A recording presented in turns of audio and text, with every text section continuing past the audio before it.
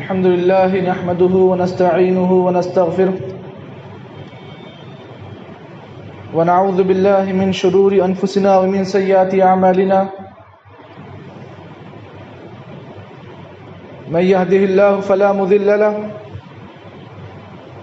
ومن يضلله فلا هادي له وأشهد أن لا إله إلا الله وحده لا شريك له وأشهد أن محمدًا عبده ورسوله أما بعد فإن أصدق الحديث كتاب الله وأحسن الهدى هدي محمد صلى الله عليه وسلم وشر الأمور محدثاتها وكل محدثة بدعة وكل بدعة ضلالة وكل ضلالة في النار أعوذ بالله من الشيطان الرجيم من حمده ونفخه ونفسه بسم الله الرحمن الرحيم قال الله عز وجل يا أيها الناس اتقوا ربكم الذي خلقكم من نفس واحدة وخلق منها زوجها وبث منهما رجالا كثيرا ونساء واتقوا الله الذي تساءلون به والأرحام إن الله كان عليكم رقيبا يا أيها الذين آمنوا اتقوا الله حق تقاته ولا تموتن إلا وأنتم مسلمون يا أيها الذين آمنوا اتقوا الله وقولوا قولا سديدا يصلح لكم أعمالكم ويغفر لكم ذنوبكم ومن يطع الله ورسوله فقد فاز فوزا عظيما أعوذ بالله من الشيطان الرجيم بسم الله الرحمن الرحيم ولقد أرسلنا إلى من قبلك فأخذناهم بالبأساء والضراء لعلهم يتضرعون فلولا إذ جاءهم بأسنا تضرعوا ولكن قست قلوبهم وزين لهم الشيطان أعمالهم ما كانوا يعملون وقال النبي صلى الله عليه وسلم وعن أبي هريرة رضي الله تعالى عنه قال قال رسول الله صلى الله عليه وسلم إن الله لا ينظر إلى أجسامكم ولا إلى صوركم ولكن ينظر إلى قلوبكم وأعمالكم وثبت عن النبي صلى الله عليه وسلم أنه قال أبغض القلوب إلى الله القلب القاسية. تمام قسم کی تعریفات، بڑائی و بزرگی، شان و شوکت، جہ و جلال، عظمت و بلندی، شان و شوکت اللہ رب العالمین احکم الحاکمین مالک الملک کے لیے لائق و زیبا ہے، جس کی ملکیت میں ساتوں زمین اور ساتوں آسمانوں کی ہر ایک چیز ہے۔ وہ اللہ تعالیٰ جس نے اس کائنات کی ہر ایک چیز کو لفظ کن کے ذریعے سے وجود بخشا ہے، اس اللہ تعالیٰ کی حمد و ثنا بیان کرنا یہ مجھ پر اور آپ پر عین عبادت ہے۔ اس اللہ تعالیٰ کی ہم اور آپ جتنی بھی تعریف کریں بہت کم ہے۔ سبحان اللہ بحمدہ و سبحان اللہ العظیم۔ بعد اس کے کہ درود و سلام ہو تمام انبیاء علیہم السلام پر، بالخصوص امام الانبیاء شافع المذنبین انسان کامل احمد مجتبی محمد مصطفیٰ صلی اللہ علیہ وسلم کے ذات گرامی پر، اللہم صلی وبارک علیہ وسلم کثیرا وکثیرا۔ محترم بزرگان ملت، قابل احترام نوجوانوں،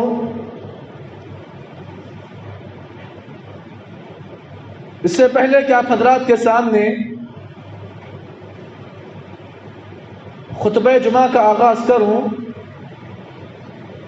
اللہ تعالیٰ سے میں دعا گو ہوں اللہ مجھے حق کہنے، آپ کو حق سننے اور حق بات کو سن کر اس پر عمل کرنے کی توفیق عطا کرے، آمین۔ اللہم انفعنی بما علمتنی وعلمنی ما ینفعنی وزدنی علما، سبحانک لا علم لنا الا ما علمتنا انک انت العلیم الحکیم۔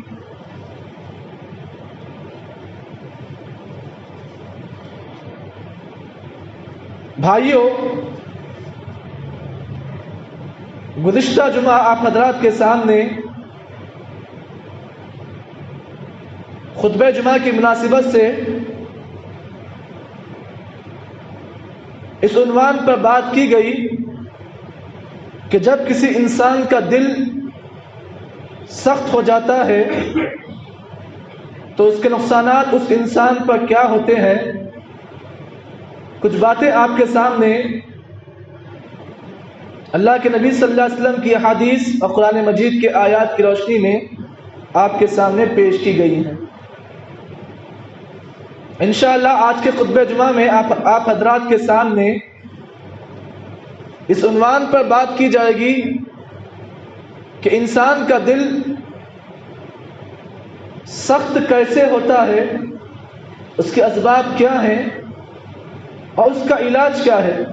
انشاءاللہ ان دو چیزوں پر آج کی گفتگو ہوگی۔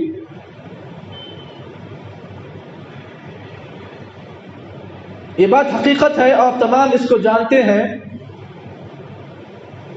کہ جب کسی انسان کا دل سخت ہو جاتا ہے تو دلوں کی سختی یہ ایک انسان پر ایک بہت بڑی آفت اور بہت بڑی مصیبت ہے۔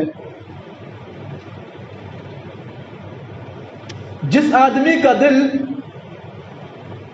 سخت ہو جاتا ہے یا جس آدمی کے اندر یہ بیماری پیدا ہو جاتی ہے تو وہ آدمی عبادت کی لذت اور رب کے قرب کو محسوس نہیں کرتا ہے۔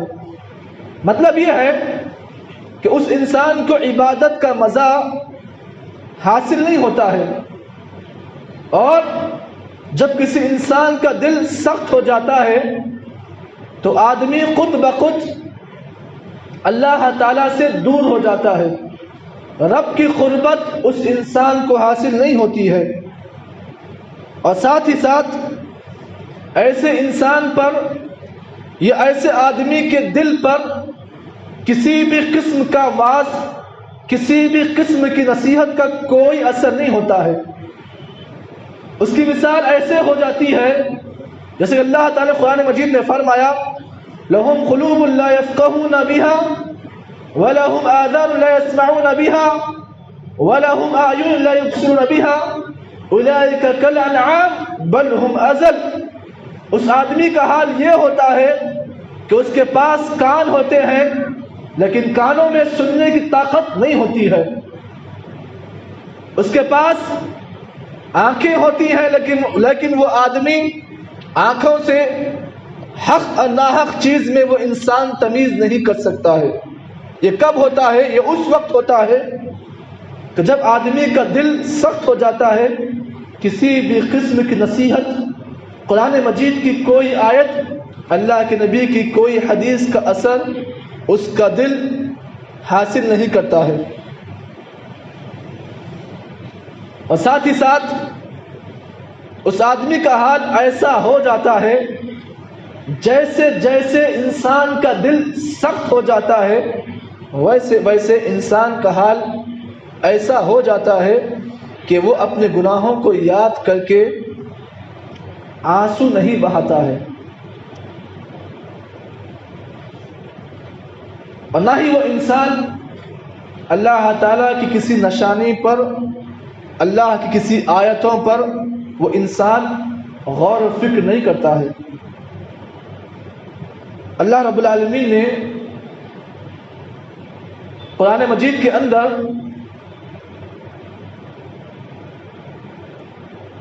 اس چیز کا نقشہ ایسے کھینچا ہے، اللہ نے کہا وَلَا يَكُونُ كَالَّذِينَ أُوتُوا الْكِتَابَ مِن قَبْلُ فَطَالَ عَلَيْهِمُ الْأَمَدُ فَقَسَتْ قُلُوبُهُمْ وَكَثِيرٌ مِّنْهُمْ فَاسِقُونَ۔ اللہ نے کہا لوگو تم اس قوم کی طرح مت بن جاؤ، تم اس قوم کی طرح مت ہو جاؤ جن کو تم سے پہلے کتاب دی گئی۔ فطال علیہم الامد، اور ساتھ ہی ساتھ ان کو ہم نے لمبی عمر بھی دی۔ فقست قلوبہم، لیکن ان لوگوں کا حال یہ ہو گیا کہ لمبی عمر پانے کے بعد، کتابیں نازل ہونے کے بعد وہ قوم کا حال ایسا ہو گیا، فقست قلوبہم، ان کے دل سخت ہو گئے، وَكَثِيرٌ مِّنْهُمْ فَاسِقُونَ، اور ان میں کے اکثر لوگ فاسق ہو گئے، بدکار ہو گئے۔ معلوم یہ ہوا کہ جب بھی کسی انسان کا دل سخت ہو جاتا ہے، اللہ کیا کرتے ہیں بدلے میں؟ اللہ تعالیٰ اس آدمی کا حال ایسا کرتے ہیں کہ اسے اللہ تعالیٰ لمبی عمر عطا کرتے ہیں۔ لمبی عمر کے ساتھ ساتھ اللہ تعالیٰ اسے علم بھی عطا کرتے ہیں، لیکن حال کیا ہوتا ہے؟ وہ انسان ان چیزوں کو پانے کے بعد اس کا دل سخت ہو جاتا ہے۔ ہونا تو یہ چاہیے تھا کہ انسان لمبی عمر پانے کے بعد اس کا دل نرم ہو جائے، لیکن انسان کا حال کیا ہوتا ہے؟ جب اس کا دل سخت ہو جاتا ہے تو اللہ تعالیٰ بھی کیا کرتا ہے؟ اسے لمبی عمر عطا کرتا ہے۔ اب دیکھو پچھلی قوموں کا اگر آپ جائزہ لو تو آپ کو یہ بات معلوم ہوگی کہ پچھلی قوموں کے لوگوں کا حال یہ تھا کہ ان کی عمریں لمبی لمبی ہوا کرتی تھی۔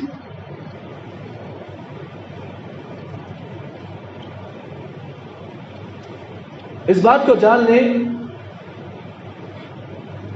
اللہ تعالیٰ کی اس دنیا میں انسان پر جو سزائیں ہوتی ہیں مختلف قسم کی ہوتی ہیں۔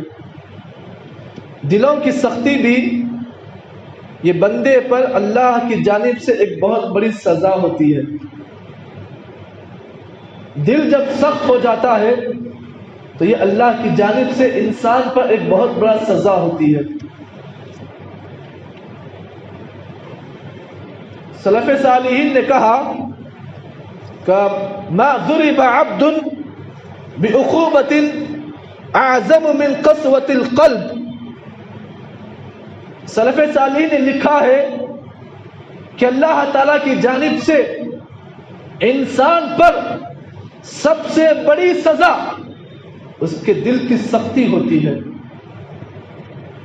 وما غضب اللہ علی قوم الا نزع الرحمہ من قلوبہم۔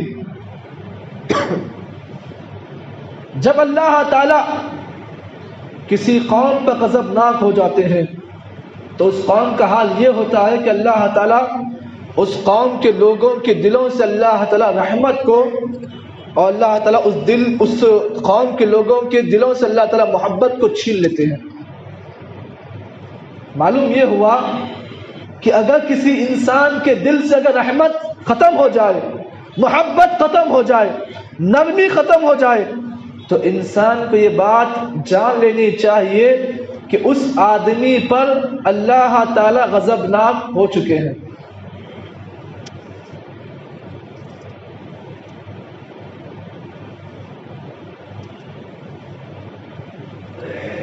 اسی طرح دلوں کی سختی کا ایک بہت بڑا نقصان یہ بھی ہے کہ جب کسی انسان کا دل سخت ہو جاتا ہے، کسی انسان کے دل میں سختی آ جاتی ہے، تو اس کی وجہ سے آدمی کا حال یہ ہوتا ہے کہ وہ انسان حق کے راستے کی اتباع نہیں کرتا ہے، اور ساتھ ہی ساتھ وہ انسان ہدایت سے دور ہو جاتا ہے۔ معلوم کیا ہوا؟ دل کی سختی ایک ایسا مرض ہے، ایک ایسی بیماری ہے کہ جب کوئی انسان اس بیماری کے اثر کو قبول کر لیتا ہے تو آدمی کا حال یہ ہو جاتا ہے کہ وہ آدمی حق کی اتباع نہیں کرتا ہے۔ اللہ رب العالمین نے قرآن مجید کے اندر اس کے نقشے کو اس طرح کھینچا۔ اللہ نے کہا فَبِمَا نَقْضِهِمْ مِيثَاقَهُمْ وَكُفْرِهِمْ بِآيَاتِ اللَّهِ وَقَتْلِهِمُ الْأَنْبِيَاءَ بِغَيْرِ حَقٍّ وَقَوْلُهُمْ قُلُوبُنَا غُلْفٌ بَلْ طَبَعَ اللَّهُ عَلَيْهَا بِكُفْرِهِمْ فَلَا يُؤْمِنُونَ إِلَّا قَلِيلًا۔ یہ اس قوم کے بارے میں اللہ نے کہا، کون سی قوم؟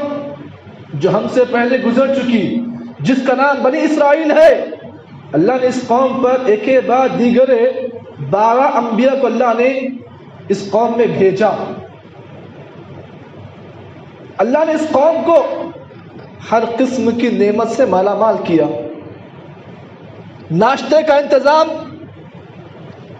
جنت کی غذا ان کے لیے ناشتے کے طور پر آیا کرتی تھی۔ منا و سلوہ اس قوم پر ناشتے کے طور پر اللہ نے رکھ دیا تھا۔ جیسے صبح ہوتی درختوں پر یہ منا و سلوہ اترتا، یہ لوگ اسے درخت سے نکالتے کھا لیتے۔ لیکن حال کیا ہوا؟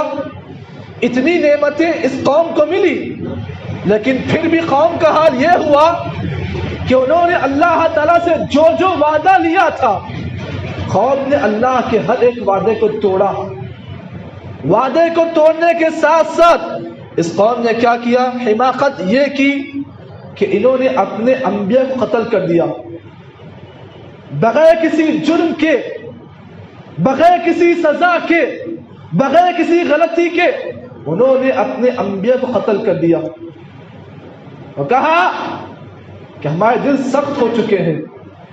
اللہ نے کہا نہیں، بل طبع اللہ علیہم بکفرہم، اللہ نے تمہارے دلوں کو اس لیے سخت کر دیا کیونکہ تم کفر میں حد سے آگے بڑھ گئے تھے۔ معلوم یہ ہوا کہ جب بھی کوئی قوم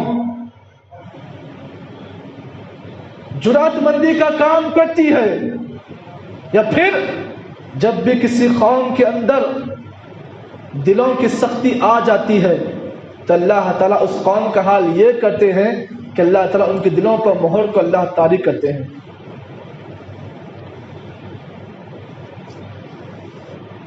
اس کے برخلاف جب کسی انسان کا دل نرم ہوتا ہے، دلوں کی نرمی، دلوں میں نرم پن، یہ ایک ایسا محبوب عمل ہے جس کی وجہ سے آدمی اللہ تعالیٰ کے نزدیک بلند درجات کو حاصل کرتا ہے، اور ساتھ ہی ساتھ یہ ایک ایسا عمل ہے، دلوں میں نرمی آپ پیدا کرو، یہ ایک ایسا عمل ہے جس کی وجہ سے اللہ تعالیٰ انسان کی خطاؤں کو معاف کرتے ہیں، اور ساتھ ہی ساتھ اللہ تعالیٰ جنت میں اس انسان کو بڑے درجات عطا کرتے ہیں۔ عمل کتنا مختصر ہے، دیکھو، دل میں آپ نرمی پیدا کرو، یقین مانو اللہ تعالیٰ آپ کے گناہوں کو معاف کریں گے۔ آئیے اللہ کے نبی صلی اللہ علیہ وسلم کی اس بشارت کو سن لیں، اس خوشخبری کو سن لیں۔ اللہ کے نبی صلی اللہ علیہ وسلم نے فرمایا حرم علی النار، اس آدمی پر جہنم کی آگ حرام ہے، اس آدمی پر جہنم کی آگ حرام ہے۔ کل حین لین، وہ آدمی جس کا دل نرم ہے، وہ آدمی جس کے دل میں نرمی ہے، وہ آدمی جو کمزور دل کا ہے، قریب، وہ آدمی جو اللہ تعالیٰ سے بالکل قریب رہتا ہے۔ اللہ کے نبی صلی اللہ علیہ وسلم نے فرمایا اللہ کے ساتھ قریب رہنے کے ساتھ ساتھ وہ آدمی لوگوں سے بھی قریب رہتا ہے، لوگوں سے قریب رہتا ہے۔ اللہ کے نبی صلی اللہ علیہ وسلم نے فرمایا کہ ایسا انسان خوش نصیب انسان ہے جس پر اللہ نے جہنم کی آگ کو حرام قرار دیا ہے۔ معلوم یہ ہوا کہ اگر آپ اپنے دل میں نرمی پیدا کرو گے تو یاد رکھو یہ عمل اتنا محبوب عمل ہے، اللہ تعالیٰ صرف انشاءاللہ اسی ایک عمل کی بنیاد پر اللہ تعالیٰ آپ پر جہنم کی آگ کو اللہ حرام کر دے گا۔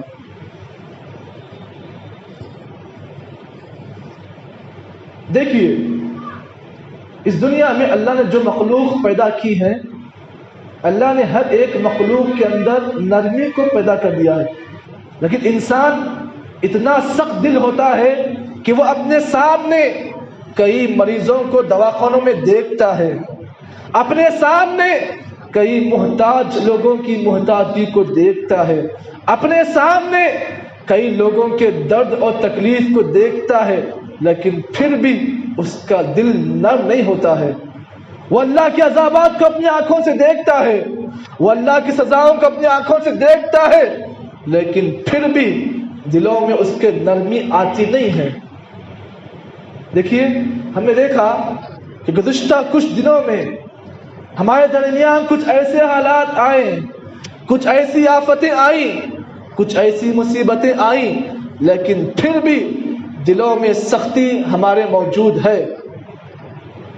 وہی دیکھو، پرندوں کو دیکھو، چڑیا کو دیکھو، اللہ کی مخلوق کو دیکھو، جو مخلوق بے زبان مخلوق ہے، اللہ تعالیٰ نے ان کے دلوں میں نرمی کو پیدا کر دیا ہے۔ صرف ایک پرندے کی آپ بات لیجئے، ایک پرندہ جب اسے تکلیف ہوتی ہے تو سارے پرندے اس ایک پرندے کی تکلیف کو اپنا دکھ اور درد سمجھتے ہیں۔ ایک پرندے پہ کوئی مصیبت آتی ہے تو سارے پرندے اس مصیبت کو اپنی مصیبت سمجھتے ہیں۔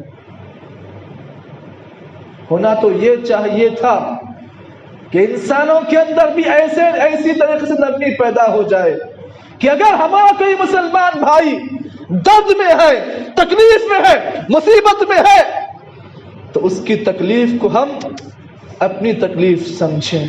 آئیے اللہ کے نبی صلی اللہ علیہ وسلم کا ایک واقعہ آپ کے سامنے پیش کر دوں۔ دیکھیے ہم اس نبی کے امتی ہیں جس نبی کا دل بہت نرم تھا۔ نبی کے دل کی نرمی کا عالم تو دیکھو، ایک چھوٹا بچہ اگر نماز میں آپ صلی اللہ علیہ وسلم اس کے رونے کی آواز کو سن لیتے تو آپ صلی اللہ علیہ وسلم گھبرا جاتے، نماز کو آپ چھوٹی کر دیتے، نماز جلدی ختم کرتے۔ کیوں؟ تاکہ اس کے ماں کو اس کا درد، اس کی تکلیف محسوس نہ ہو۔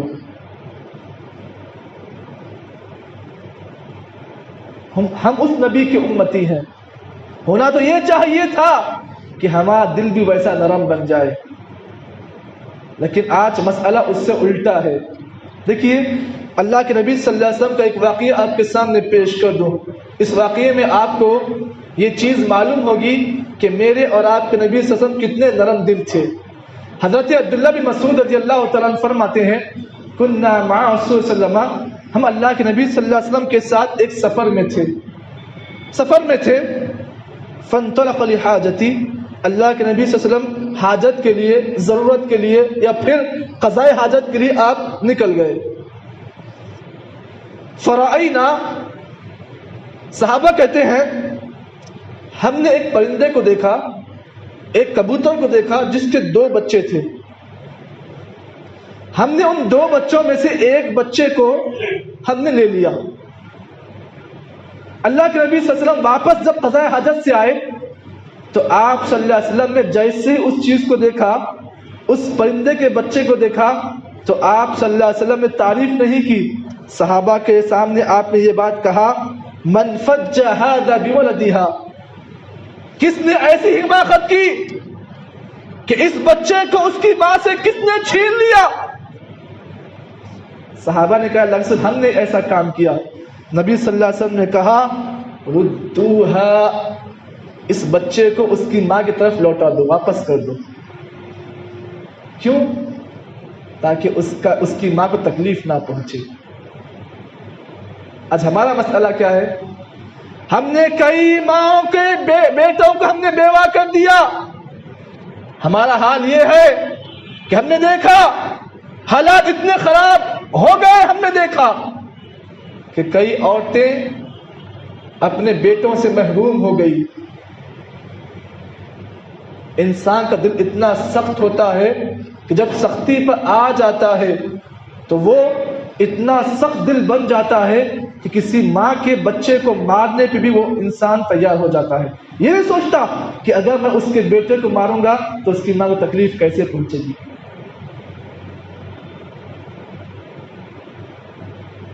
ایک دوسرا واقعہ بھی آپ سن لیں.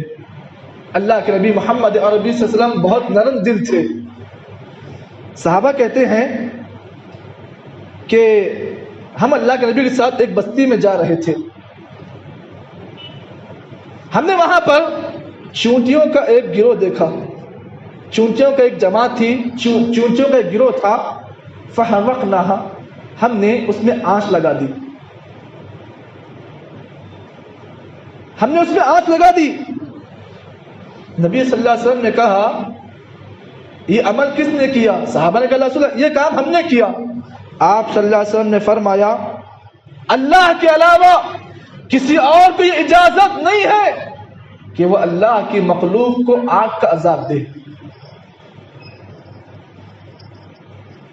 آپ نے تعریف نہیں کی کہ تم نے اچھا کام کیا. نبی صلی اللہ علیہ وسلم صحابہ کو ڈانٹا کہ تم نے کیوں ایسا عمل کیا؟ جلانے کا اختیار صرف اللہ کے ہاتھ میں ہے. اللہ کے علاوہ کسی کو اللہ نے اختیار نہیں دیا. سوال یہ پیدا ہوا کہ آپ نے ایسا جملہ کیوں کہا؟ اس لیے کہ اللہ کے نبی صلی اللہ علیہ وسلم نے ان کے درد کو محسوس کیا. آج ہمارا مسئلہ کیا ہے؟ جب ہمارے دل سخت ہو جاتے ہیں, سوچئے ہم نے کتنے گھروں میں آگ لگا دی, لیکن دل سخت کا سخت ہے. اسی طرح اس چیز کو ہم جانتے ہیں, اس چیز کو ہم سمجھتے ہیں کہ آخر انسان کے دل میں سختی کیسے آتی ہے, کیوں آتی ہے, وہ کون سے ایسے اعمال ہیں جس کو کرنے سے انسان کا دل سخت بن جاتا ہے. ان چیزوں کا علم ہونا بہت ضروری ہے. آئیے کچھ بنیادی باتیں آپ کے سامنے پیش کرتا ہوں. پہلی چیز, جب کسی انسان کے اندر دنیا کی محبت پیدا ہو جاتی ہے, دیکھیے دنیا سے محبت کرنا کوئی غلط بات نہیں, لیکن محبت کی حد بیان کی گئی ہے, اسی حد پر ہمیں محبت کرنا ہے. اگر کوئی انسان دنیا سے محبت اتنی کرتا ہے کہ حد سے آگے کرتا ہے تو پھر یہ محبت انسان کے نقصان دہ ہے. دلوں کی سختی کا سب سے بڑا سبب دنیا کی محبت ہے. جب کسی انسان کے اندر دنیا کی محبت پیدا ہو جاتی ہے, ہر بگاڑ, ہر فساد کی جڑ دنیا کی محبت ہے. دیکھیے میرے اور آپ کے نبی محمد صلی اللہ علیہ وسلم دنیا سے کیسا آپ محبت کرتے تھے, دنیا آپ کتنی حاصل کرتے تھے, اس کو بھی دیکھ لیں. حضرت عبداللہ بن مسعود رضی اللہ تعالیٰ فرماتے ہیں, دیکھیے نبی صلی اللہ علیہ وسلم کی یہاں پر غربت بتائی جا رہی ہے کہ نبی کے ہمارے کتنے غریب تھے. دنیا سے آپ اتنی محبت نہیں کرتے جتنی ہم محبت کرتے ہیں. حضرت عبداللہ بن مسعود کہتے ہیں ہم نے اللہ کے نبی کو دیکھا, اس حالت میں دیکھا کہ آپ کھجور کی چٹائی پر لیٹے ہوئے ہیں. نبی اکرم صلی اللہ علیہ وسلم کی پیٹھ پر اس ہنسی کے نشانات پڑ چکے ہیں. صحابہ کی آنکھوں میں آنسو آ گئے. کہ اللہ کے رسول آپ ہمیں حکم دیجئے کہ ہم آپ کے لیے نم بستر کا انتظام کر دیں. اللہ اکبر, اللہ اکبر. آج دنیا کا ایک معمولی وزیر, دنیا کا ایک معمولی بادشاہ آرام سوچتا ہے, آرام کی چیزیں محسوس کرتا ہے, آرام کی چیزیں چاہتا ہے, لیکن نبی اکرم صلی اللہ علیہ وسلم جو امام الانبیاء ہے, اللہ اکبر, دنیا سے کیسی بے رغبتی آپ کے اندر تھی. نبی سوئے ہوئے ہیں, وقت کے نبی ہے, اگر آپ چاہتے تو اللہ تعالیٰ آپ کو اچھے سے اچھا بستر اللہ تعالیٰ آپ کو دیتا. اگر صحابہ کو حکم دیتے صرف کہ بستر لا کر بچھا دو تو صحابہ اکرام اللہ کے نبی کے لیے اچھے سے اچھے بستر کا انتظام کر سکتے تھے۔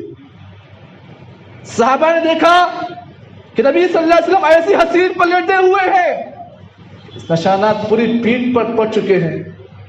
صحابہ کے رسول آپ حکم دیجئے، ہم آپ کے لیے نرم بستر کا انتظام کریں۔ نبی کا جملہ آپ یاد رکھیں، آپ نے کیا کہا؟ مالی ولی دنیا، مالی ولی دنیا، دنیا سے مجھے کیا مطلب ہے؟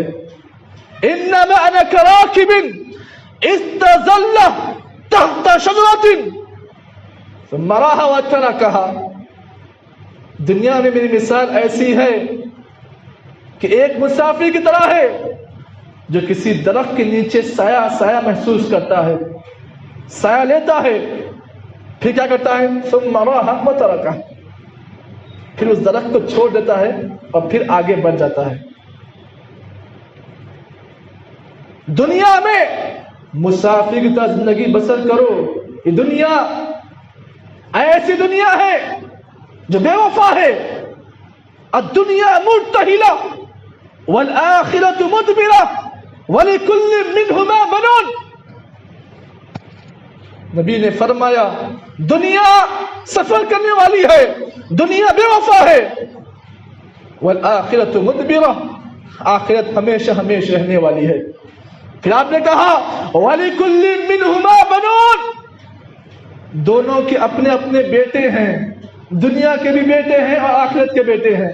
نبی نے کہا آخرت کے بیٹے بنو، دنیا کے بیٹے مت بنو، کیونکہ آخرت ہمیشہ رہنے والی ہے، دنیا کچھ دن رہنے والی ہے پھر فانی ہے۔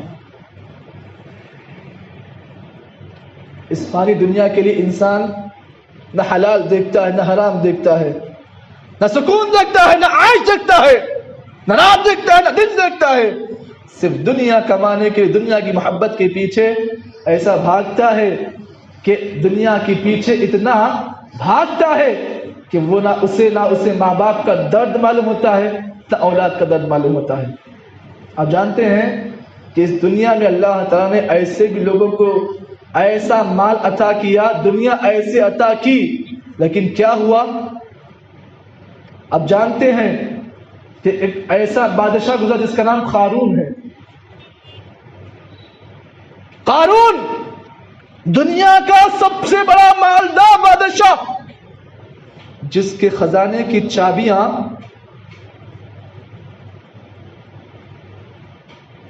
اٹھانے کے لیے کئی فوجوں کو تیار ہونا پڑتا تھا،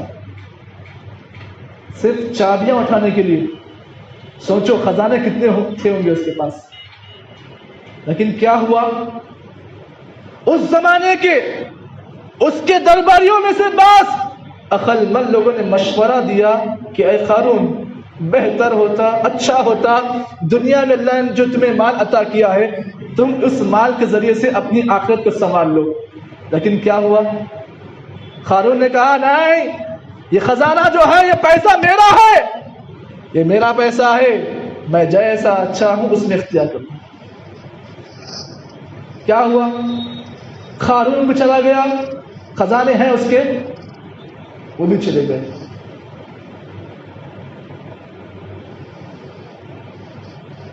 اسی لیے اللہ کے نبی کو بار بار اپنی امت پر اسی چیز کا خوف تھا۔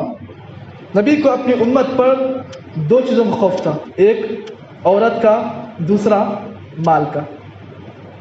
بار بار اللہ کے نبی کو اپنی امت پر اسی چیز کا خوف تھا۔ اسی لیے اللہ کے نبی کے بارے میں آتا ہے فَوَاللَّهِ مَا الْفَقْرَ أَخْشَىٰ عَلَيْكُمْ، اے میری امت کے لوگوں، میں تم پر جس چیز سے سب سے زیادہ خوف کھاتا ہوں وہ دنیا ہے۔ کہ ایسا نہ ہو کہ میرے بعد تم دنیا کے فریفتہ بن جاؤ۔ یہ اللہ کے نبی کو اپنی امت پر ڈر تھا، خوف تھا کہ کہیں میری امت میرے جانے کے بعد دنیا کمانے میں مبتلا نہ ہو جائے۔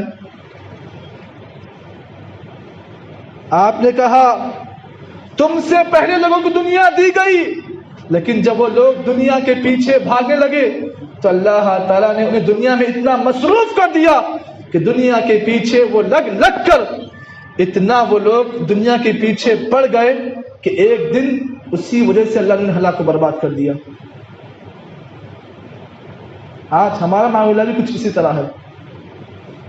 ہم اللہ کے عذابات کو دیکھ رہے ہیں لیکن پھر بھی دنیا کے پیچھے جی بھاگ رہے ہیں.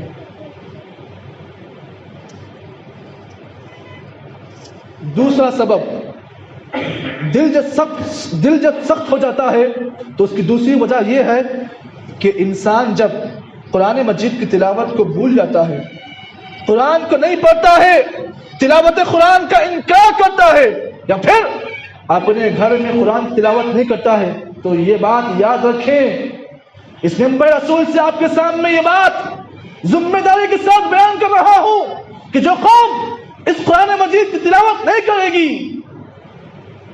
تو اللہ تعالیٰ اس قوم کے لوگوں کا حال اس طرح کرے گا کہ ان کے دلوں کو اللہ سخت کر دے گا.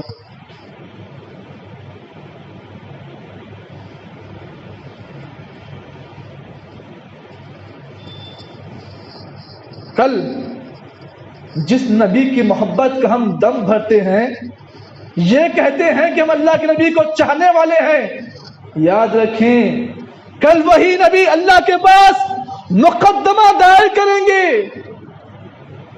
جج کون ہوگا؟ اللہ تعالی ہوگا. مقدمہ دائر کون کریں گے؟ محمد صلی اللہ علیہ وسلم. جس کے خلاف؟ امت کے ان لوگوں کے خلاف جو قرآن کی تلاوت نہیں کریں گے دنیا میں. اللہ کے نبی کہیں گے وقال الرسول یا ربی ان قوم اتخذوا هذا القرآن مہجورا. اے اللہ، یہ میری امت کی وہ لوگ ہیں اللہ تعالی جنہوں نے اس قرآن مجید کی تلاوت کو چھوڑ دیا تھا. اللہ، یہ کون کہیں گے؟ شکایت کون کریں گے؟ مقدمہ دائر کون کریں گے؟ محمد عربی صلی اللہ علیہ وسلم. دنیا بھر کے ناول، دنیا بھر کی کتابیں، دنیا بھر کے لٹریچر، دنیا بھر کے اخبارات پڑھنے کا وقت ہے، لیکن وقت نہیں ہے تو صرف قرآن پڑھنے کا. مول صاحب صبح میں اٹھتا ہوں 11 بجے، قرآن کب پڑھنا؟ یاد رکھیں یہ قرآن ایک ایسی چیز ہے جو آپ کے خلاف حجت بھی ہے اور نہ پڑھیں گے تو آپ کے خلاف شکایت بھی کرے گی. جی یہ مت سمجھیے کہ قرآن بے زباں ہے، نہیں، اللہ کے پاس یہ قرآن مجید مقدمہ دائر کرے گی اللہ کے پاس. اسی لیے روزانہ کا معمول یہ بناؤ کہ گھر سے نکلنے سے پہلے قرآن پڑھو. پڑھنا نہیں آتا اٹک اٹک کے پڑھو، نہیں آتا تو سیکھو. اگر وہ بھی نہیں کر سکتے تو کم از کم قرآن مجید کی تلاوت کو سن تو لو. مشکل ہے سننا، مشکل ہے نہیں. الحمدللہ آج ہر ایک کے پاس اسمارٹ فون ہے، صرف آپ قرآن کی تلاوت لگاؤ، خود بخود قرآن شروع ہو جائے گا. تیسرا سبب، دل جب سخت ہوتا ہے، دل کی سختی کا تیسری وجہ یہ ہے کہ جب کسی انسان کے پاس مال اور قوت کا غرور آ جاتا ہے. جی میں پیسے والا، میں پیسے والا، میرے سے بڑھ کر کوئی پیسے والا نہیں، میں طاقتور، میں 6 پیک، میری باڈی سب سے بڑی، دنیا میں مجھ سے بڑا طاقتور کوئی نہیں. اور اس طاقت کو بتانے کے لیے کالر اوپر، طاقت، غرور، سیدھا یوں. یاد رکھیں یہ مال، طاقت کا گھمنڈ اتنا خطرناک ہے کہ انسان کے دل کو سخت کر دیتا ہے.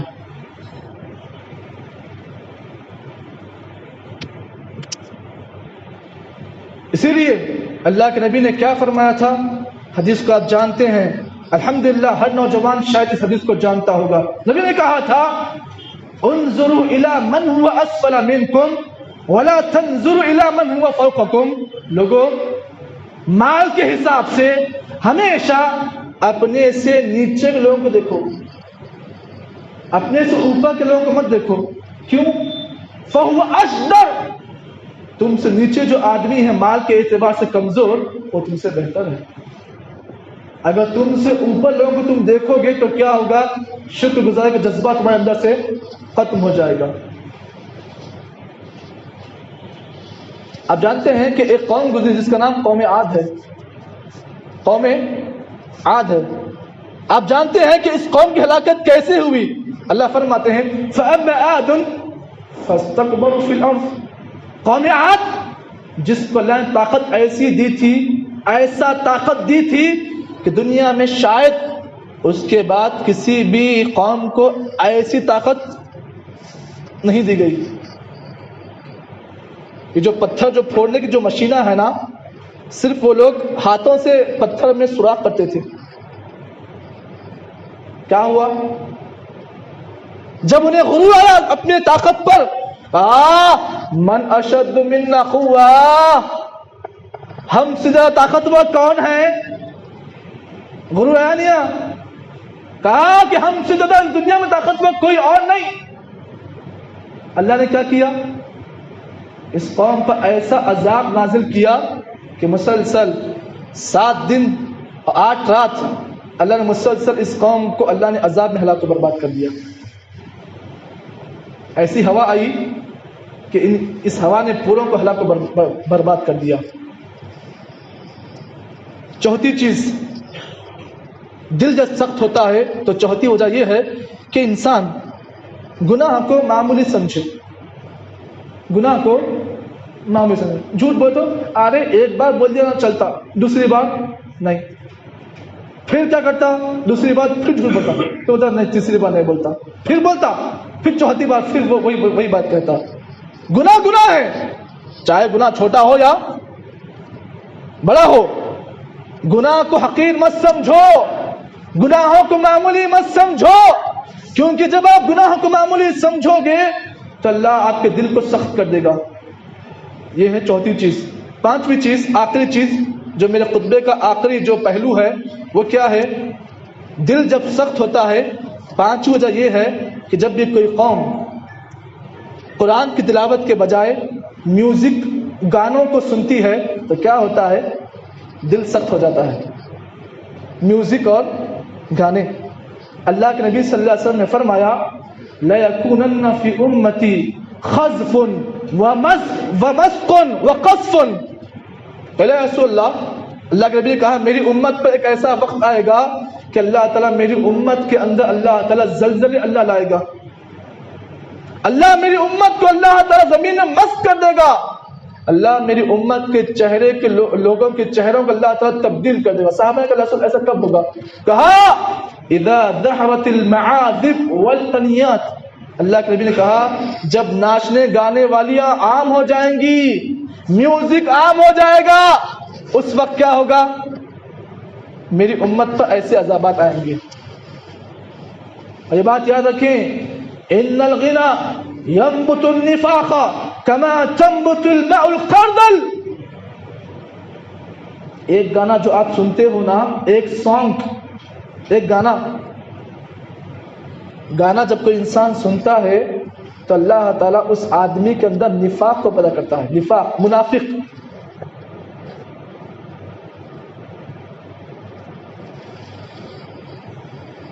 معلوم یہ ہوا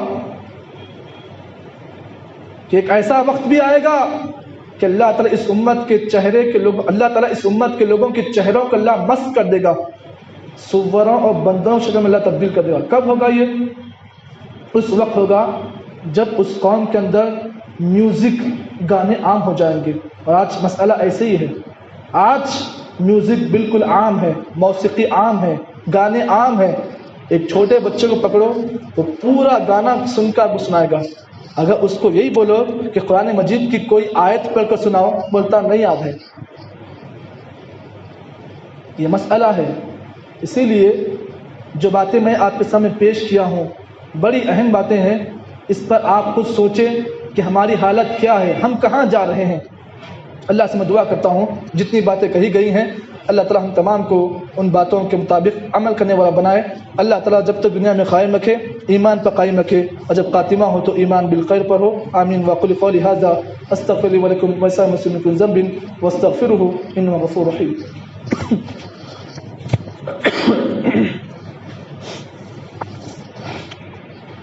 إن الحمد لله نحمده ونستعينه ونستغفره ونعوذ بالله من شرور أنفسنا ومن سيئات أعمالنا. من يهده الله فلا مضل له ومن يضلله فلا هادي له. وأشهد أن لا إله إلا الله وحده لا شريك له وأشهد أن محمدا عبده ورسوله. أما بعد إن الله وملائكته يصلون على النبي يا أيها الذين آمنوا صلوا عليه وسلموا تسليما. اللهم صل على محمد وعلى آل محمد كما صليت على إبراهيم وعلى آل إبراهيم إنك حميد مجيد. اللهم بارك على محمد وعلى آل محمد كما باركت على إبراهيم وعلى آل إبراهيم إنك حميد مجيد. عباد الله رحمني ورحمكم الله إن الله يأمركم بالعدل والإحسان وإيتاء ذي القربى وينهى عن الفحشاء والمنكر والبغي يعظكم لعلكم تذكرون. اذكروا الله يذكركم وادعوه يستجب لكم وذكر الله تعالى أعلى وأعز وأجل وأتم وأكبر.